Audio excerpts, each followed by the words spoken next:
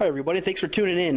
This is Bart Barnes with Clemens Boats. Today we're taking a look at the all-new 2017 Montauk. In front of me here, this is a baby blue 2018 17 Montauk, and next to it we have a 2017 17 Montauk. We're going to take a look at the two boats and show you what updates they've done. These boats are both currently for sale at Clemens Boats in Sandusky, Ohio. We're located at 8009 Barrett Road, 44870. You can check us out at clemensboats.com. And if you guys have any questions, you can give me a call on my cell. It's 419-706-0632. Again, this is Bart with Clemens. So some of these differences are major, and some of them are kind of minor. We're going to kind of go through all of them. I'll try and hit most of them, at least most that I know. So for beginners, you can see this one has a 115 on the 2018. And to the untrained eye, some of you might not recognize, you have a spacer in between the power plant and the outdrive, versus on the 2017, it's just a standard 90 horse. For many years, 90 has been the only power you can get on a 17-foot Montauk. So that midsection plate tells me that this boat is much deeper than the older models, and I don't know if you can tell in the video, but I can see in person that it's a deeper hull boat. Now, it's definitely not an offshore hull boat, but it's going to ride better in rougher water. So some of you guys that are in the inland lakes that get into some chopper, like we're at in the Sandusky Bay, I probably would still take it to the islands, but just me personally. Another thing you'll notice right off the rip is you have tan interior versus the old white interior. I personally like the tan. Some people don't like it because they say it doesn't match anything in the boat. I like it because it stays cleaner. It's both the same quality though. There's the same material, just different colors. And those are just some of the things to start out with. Taking a look at the bow section here, one thing I'll point out that they've, in my opinion, is a big deal, because some of these new tower vehicles, like the Ford Escape and Ford Explorer, don't have quite the tow ring they used to. What I'm getting at there is these now have surge brakes on them, versus the older one where it's just any braking done was done by your tow vehicle. Now the trailer will brake for you. So if you have a smaller tow vehicle and you still want to take this boat on vacation, it gives you a little bit more window of opportunity. Another thing I'll point out, and I think this is more of a classic line, they've added a body line to the hull of the boat, versus on the older one they don't have that. And I don't know if you could tell in the video, but the whaler smirk, as they call it, has changed a bit. And the chines on the older one are a little more aggressive at the front of the boat, and they're a little more tamed down at the front. But I noticed when I was at the transom of the boat, they are a whole lot more aggressive at the transom on the 2018 than they are on the 17. Another big thing that in my opinion, is a big deal, they have not put the bow cooler, sorry, fumbled there, and they have added the bow cooler over here.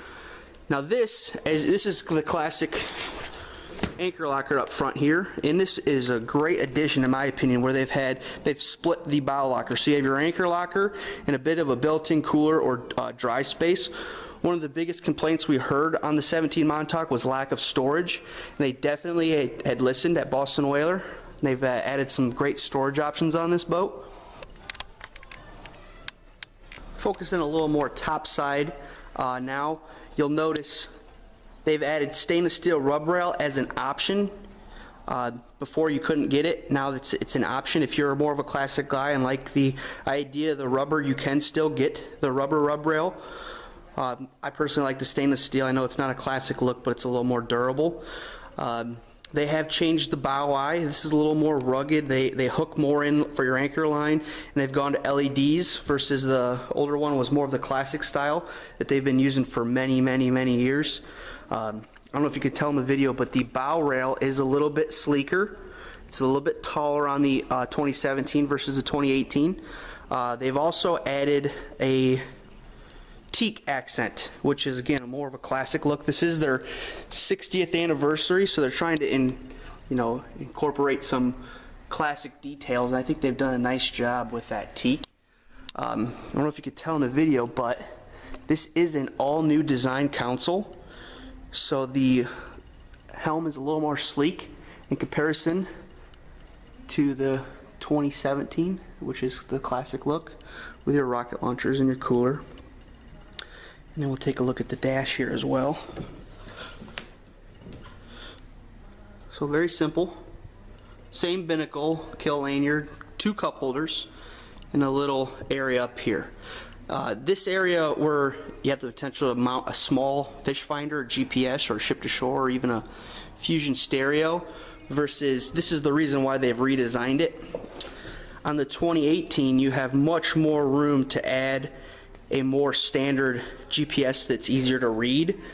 And you also have room over here where if you wanted to add a fusion stereo or a ship to shore, you can. And a very unique twist that I really like is up front here they've added 2 cup holders with your anchor light.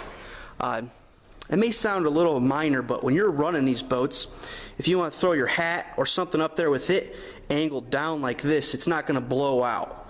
But the nice thing on this side where it's flat is if you want a larger GPS, this is a great area to mount a ram mount and put an adjustable GPS, so if you're anywhere in the boat you can see it, which is a nice addition. Taking another look at the bow of the boat here, this is, in front of me we have the 2018. This is the newer design where they've split the storage in the front.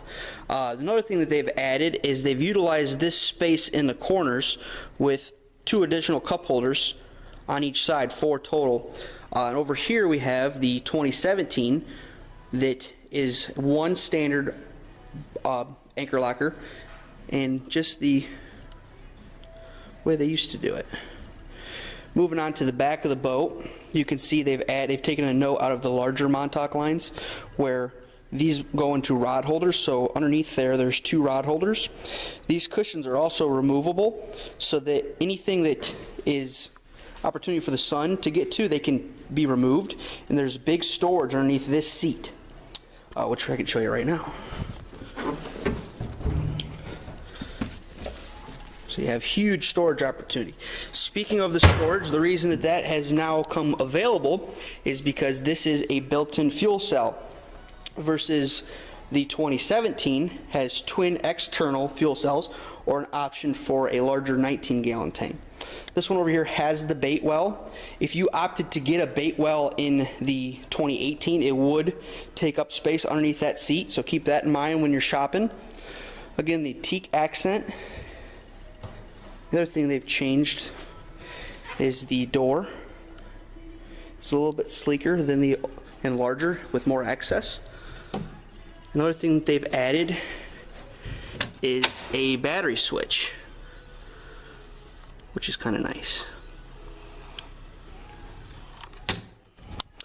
Again, some details are small, some are big. I really like the addition of the hydraulic steering that is standard on the 115 versus it was an option before on the 90. This one is cable steer. We did opt to get the Bimini top, which Whaler does a very nice job with their quick releases.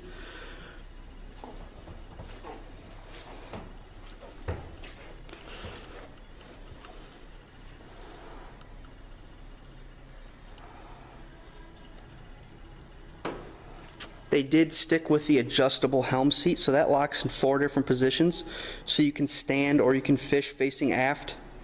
That was just a quick peek of the new 17 Montauk in comparison to the older style hull. We have lots of Whalers indoors. If you guys want to check us out at 8009 Barrett Road or ClemensBoats.com. We also have a handful of used Whalers as well. We currently have a 17 Montauk, a 17 Dauntless, which is in front of me here, and we also have a used 18 Dauntless as well as all those models brand new. If you guys want to set an appointment, my number is 419-706-0632. You can call, text, or email me at bartb@clemensboats.com. I hope you guys are doing well, and we'll see you on the water.